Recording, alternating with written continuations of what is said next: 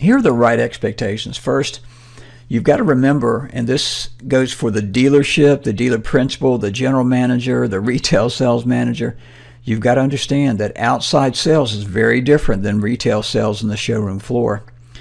Typically, a dealer is paying $400 to $500 per unit in advertising and marketing to drive clients into the dealership, clients and prospects.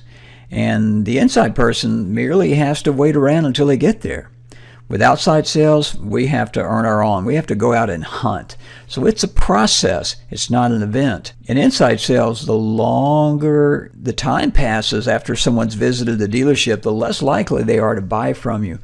In outside sales, it's just the opposite. The more likely they are to buy. We're selling a relationship first, then yourself, then the dealership, then service and parts, and eventually a vehicle. And the vehicle comes last. Sometimes a salesperson will be out and go back into the dealership, and a general manager might say, hey, what'd you sell today? Well, the right answer should be, I sold myself.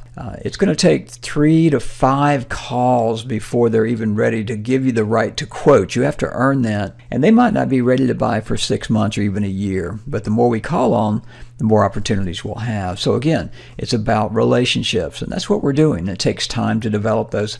I always compare it to dating. Could you imagine asking someone to marry you on the first date?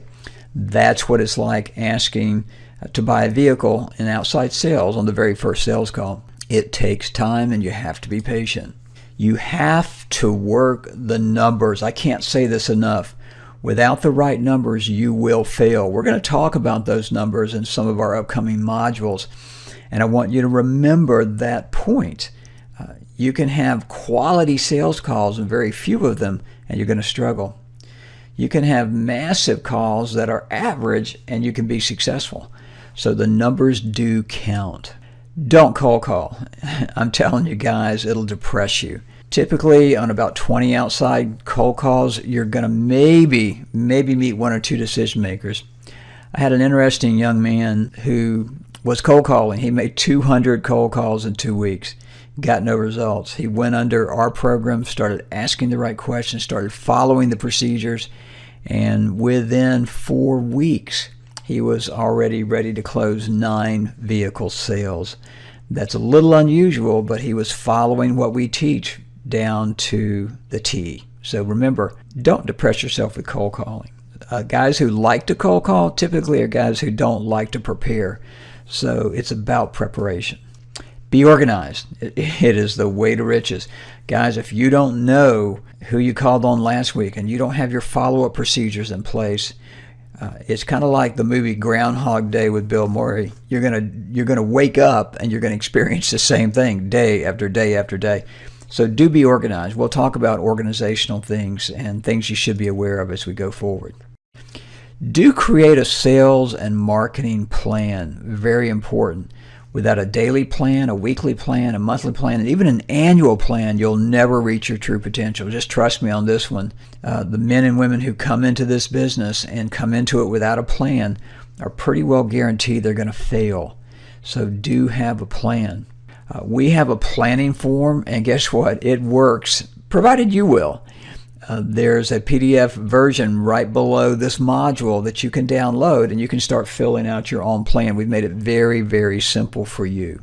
Share your plan with your management and then discuss the steps that you're going to implement. They need to buy in, and guess what? They need to hold you accountable.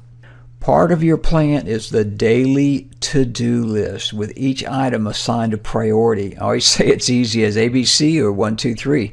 Sounds like a Michael Jackson song. Your A priorities are the ones you have to do. If the A priorities are telephone prospecting to get appointments, you have to do the A priorities first. If the A priorities are getting 3 appointment calls every day, 4 days a week, you've got to get those appointment calls. So again, prioritize what you do, create a daily to-do list. And let's talk about the importance of warm lists. First, cold calling on prospects will only yield you about 1 out of 15 contacts with the actual decision maker. And unfortunately, after you make that first call, you've kind of blown your chance if you don't get them, because The gatekeeper is going to be aware and resistant to most types of sales, especially people who drop in unannounced. If you really think about that, dropping in unannounced is a lack of courtesy, and we want to start out right if we're building a relationship with a prospect. The chance of getting a future appointment because of that is very, very minimal at best. So again, cold calling is not the way to go. If you've got about 3 or 4 years, that's one thing. You've got about 4 to 6 to 8 months, and we've got to really, really maximize that time in the sales process. It's a very poor use of time. Think about it. I go out and I make 10 calls. Okay, great. But what have I really accomplished? And it took all day long. I could have gotten on the phone, made 10 telephone calls to warm prospects, gotten 3 or 4 appointments in less than 30 minutes. So that 30 minutes would be much more quality time spent than out cold calling. It's very difficult to build relationships with someone you can't meet. Again, you're not going to see the decision maker very often. In most small businesses, they're out driving a truck. They're too busy to talk to salespeople who just drop in. Sure, you're going to get lucky every now and then, but it's going to be a rare occurrence. It's difficult to gain strategic information in advance if I'm just out there indiscriminately looking at businesses and calling on them. I've got to get every advantage I can in the sales process, and gaining strategic information by knowing who we're going to be calling on and knowing a little bit about them is going to make all the difference in the world in your sales process. Let's talk about what's available to you with warm and hot leads. Let's start right in the dealership. First, you're going to have orphan clients. An orphan client is defined as one that was assigned to a salesperson who's no longer at the dealership. You want to pull from whatever system you're using the orphan clients, and the way to do that is to ask your IT person to pull out customer names that are companies that were with a previous salesperson who is no longer there, and they'll pull that information up. And don't think for a minute that someone else has taken these. It's very rare that happens. Most of the commercial sales guys that are already in your dealership are busy with their own customers. Number 2, we think that the guy who left really took everybody with him. Well, that's not the case either. If your dealership does a great job servicing, then people are going to stay. They don't like to make that change. And chances are your guy might have gotten out of the business altogether, or honestly, might not have been that good. The second list is a service but not sold list. That means companies that are using your service department but did not buy their vehicle from your dealership. When we ask them very often why they didn't buy once they've been servicing for a year or two, the most frequent answer we get is, wow, no one ever asked me. So you've got a real opportunity from your service department with companies that are using the service department but did not buy their vehicle from you. So that's a whole different ball game, and in the main sales course I talk about how to really penetrate that market. Third, we have companies who use our parts but have not bought from us. So they're out there making parts deliveries, but think about this. If they're using our parts, they're driving our brand. And that's, again, low-hanging fruit and an easy sale if you know how to approach it. Finally, we have the vendors of the dealerships themselves. And these vendors are more than happy to give you referrals. And many of them, if asked, and they're not with a large, giant, worldwide or national company, very often will agree to introduce you to the right person who is in charge of their vehicles. So again, a great opportunity. Orphan clients, service but not sold, parts, and vendors of the dealership.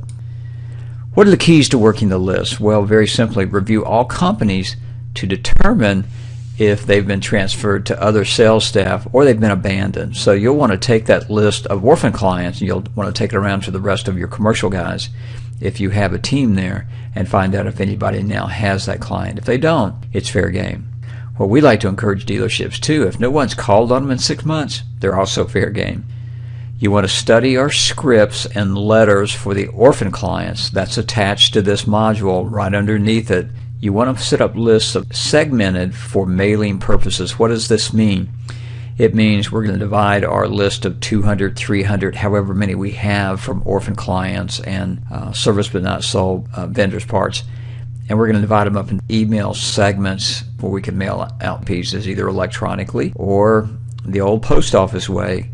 And then we're going to follow up with telephone calls. We never mail out more of anything that we can't follow up on with a telephone call. And we want to follow up on anything we send out within 72 hours. Make all the calls in one day. After you've waited that 72-hour period, don't call 5 and then wait 2 days and call 5 more. Get on the phone, block out a solid hour. It'll take less than that. And you want to make all those calls with one goal in mind, and that is to get an appointment. What are your keys to success? 1, confidence in learning your scripts. I always say, imagine you're at the movies and you see a real emotional movie where you're either crying, laughing, or really touched. Those actors and actresses seem so real. Well, if you study your scripts, you will sound very confident, you'll sound very sincere, and because of the way we write our scripts, they're very simple to learn. So you've got to learn your scripts. Great voice quality. You've got to be enthusiastic but controlled, and you've got to sound confident. Too many uhs and you knows really takes away from your mystique as a salesperson. You want them to believe they're working with the best, and that takes a lot of practice to have that kind of confidence. Do not sell on the telephone except to get an appointment. That's the only reason you're calling. Most people are really bad about giving too much information on the phone, telling them about your company and everything you can offer. Then they don't really have a reason to meet with you. All they've got to do is say, well, thanks so much for sharing that with me, and please send me something in the mail, and I'll get back to you. Well, they're not going to get back to you. We want to give value and then limit the conversation to curiosity creation. That's what we're trying to do, and then get that appointment. We'll talk a lot more about that. You must believe in our system at Ken Taylor & Associates. We're the only company in America that specializes in outside commercial and fleet sales. There is no one else. We've been building this system for years. We've been building it the hard way, going out making sales calls. When we give you this system, follow it. We have people that try to change our scripts, try to change what we're doing, then they wonder why it doesn't work. Well, we've done it the hard way, so we've made it easy for you to follow our system.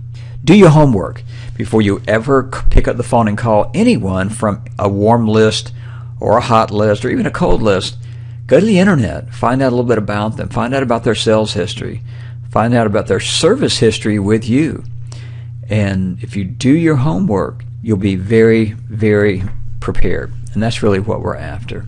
Most of all, keep your enthusiasm. This is a great business, and you're going to do really well at it if you'll just stick in there, hang in there, and do what you have to do to be successful.